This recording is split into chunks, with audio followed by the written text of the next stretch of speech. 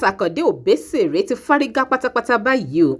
Ọ̀rọ̀ agboolé Fuji ti wá dojú ẹ̀ pátá lórí ọ̀rọ̀ pé ta gan ni number 1 lágboolé Fuji. Obesere náà tún ti yarí o. Ó ti tutọ́ sókè, ó ti fojú gbà o. Ó ti fohùn ránṣẹ́ sí Wasiu Ayinde K1 the ultimate pé ta gan lòun. A tún fẹ́ mọ̀ bá General Kollington Ayinla du ipò number 1 nínú Fuji industry lọ́wọ́ tá wà yìí. Obesere ní lẹ́yìn olóògbé Síkírù Ayinde Barrister tó ti jáde láyé pé General Kollington Ayinla tún ní àgbà nínú agboolé Fuji tó ṣe pé kò sẹ́ni tó bẹ̀ kò sẹ́ni tó lórí láyà láti wá bá bàbá yìí láti wá bá a dupò number 1. Ó ní ta gan ló tó bẹ́ẹ̀. Ọ̀rọ̀ agboolé Fuji, ọ̀rọ̀ pé ta gan ni number 1 àwọn lágboolé Fuji tó ń jà rìnrìn lẹ́nu jọ́ mẹ́ta yìí. Ẹni máa pa náà á múra gidi o. Ẹ wò ó comment section fídíò yìí gan ó gbóná jànjàn, bẹ́ẹ̀ ni ó gbóná jànjàn. Àwọn kan ń support Obesere pé òótọ́ ni tó sọ, bẹ́ẹ̀ làwọn kan sì ń sọ wípé ṣé K1 wá kéré nínú ayé ni, ṣé Wasiu Ayinde kéré nínú ayé ni. Ẹ̀yin èèyàn, mo kí yín ẹ káàbọ̀ sórí ìkànnì DIGINAIJA television. Bẹ́yìn bá ṣe ń láǹfààní láti máa darapọ̀ mọ́ mi lórí ìkànnì, ẹ máa bá mi follow DIGINAIJA online TV lórí Facebook, lórí YouTube, ẹ máa bá mi subscribe, ẹ máa like kẹ́ẹ̀dẹ̀ máa bá mi share fídíò yìí. Ẹ jẹ́ àkọ́kọ́ gbọ́n tí Abbas Akande Obesere sọ nípa ipò number 1 Fuji ká tó wá tẹ̀síwájú pẹ̀lú nǹkan táwọn èèyàn drop sí kọ́mẹ́ǹtì. Fọ́nrán òun rè ẹ jẹ́ àjẹjọ́ gbọ́ná. Ìbéèrè tẹ́ bí mi lẹ́yìn ṣé nìkan bá Alhaji Kollington já sí number 1? Ẹ sọ fún mi, mo fẹ́ mọ̀. Àwọn èèyàn ń sọ bí àhesọ ni. Àhesọ kí ni? Mo fẹ́ gbọ́.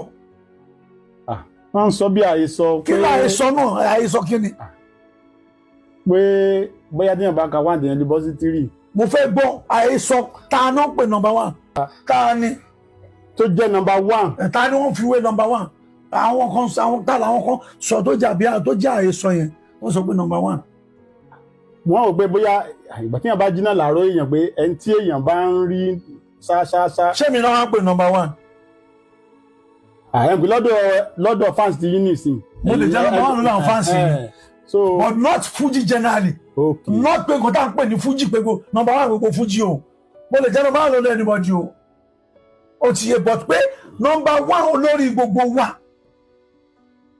Àhesọ wo ni sẹ́ẹ̀? Kí ló ń já àhesọ? Àhesọ ṣọ́ dárúkọ yàn kan ni. Ṣẹ́yìn èèyàn náà rí wípé ọ̀rọ̀ ìlágbára ó gbóná ó lẹ́tìkẹ́ gidi tààrà ni. Ọ̀rọ̀ lẹ́gbọ́n lẹ́nu Obesere yìí ó ní ta gan ló tó bẹ́ẹ̀ kó yá já àhesọ ọ̀rọ̀ ni o, kó yá já wuyewuye ni.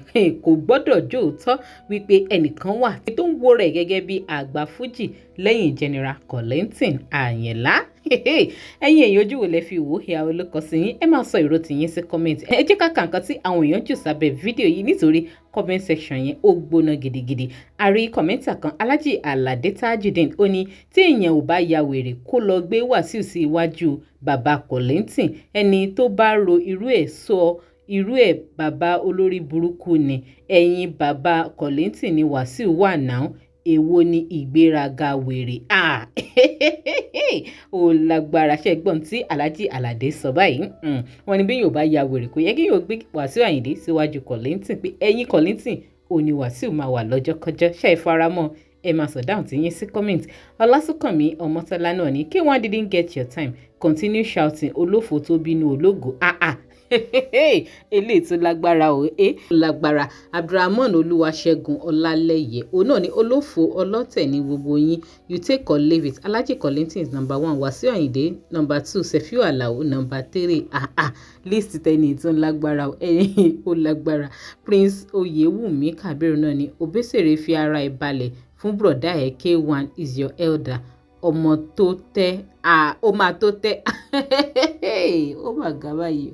Ẹni tún ní K1 ẹ̀gbọ́n Obesere ni pé kí Obesere lọ farabalẹ̀ fún K1 the ultimate. Ṣẹ́yìn náà faramọ́.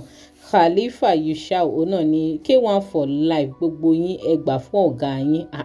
Okay o, wọ́n tún ní K1 ní ọ̀gá gbogbo wọn. Ọ̀rọ̀ ìlágbára ẹ̀yin èèyàn ó lẹ́tìkẹ́. Ẹ ṣáà máa bá mi jù dáhùn tí yín sí kọ́mẹ́ǹtì. Adéwọlé Ẹlẹ́lẹ̀ òun náà ní K1 bàbá àgbàlagbà, K1 bàbá gbogbo yín. K1 music is different with another music in Nigeria na. Mr. Man gbà fún ọ̀gá ẹ̀ Adéorí Ọ̀kín. Ilé ìlágbára ọgbẹ̀ni tó ẹ̀yin èèyàn. Lọ́dọ̀ Mr. Adéwọlé òun ní pé orin K1 ó yàtọ̀ sí gbogbo orin àwọn olórin Fuji tó kù nílẹ̀ Nàìjíríà pátápátá. Olórin tiẹ̀ ó dá yàtọ̀ gédéǹgbé ni. Ọ̀rọ̀ lágbára. Ṣẹ́yìn náà faramọ́ ẹ̀yin èèyàn? Ǹjẹ́ faramọ́ opinion yìí àbẹ́yìn ní contrary opinion? Ẹ bá mi jù opinion ti yín sí kọ́mẹ̀ǹtì. Ẹ má wàá gbàgbé bẹ́ẹ̀ bá ti follow wa lórí Facebook. Ẹ máa rí link kan lábẹ́ fídíò tó máa gbé yín tààrà lórí Facebook page wa. Lórí YouTube ẹ̀yin máa tẹ subscribe button tí ẹ̀ ń wò lábẹ́ fídíò yìí.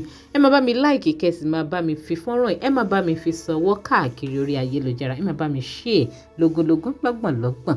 Ẹ ṣeun tẹ́ ẹ̀ ń darapọ̀ mọ́ mi tẹ́ ẹ̀ ń gbọ́ mi ní gbogbo ìgbà.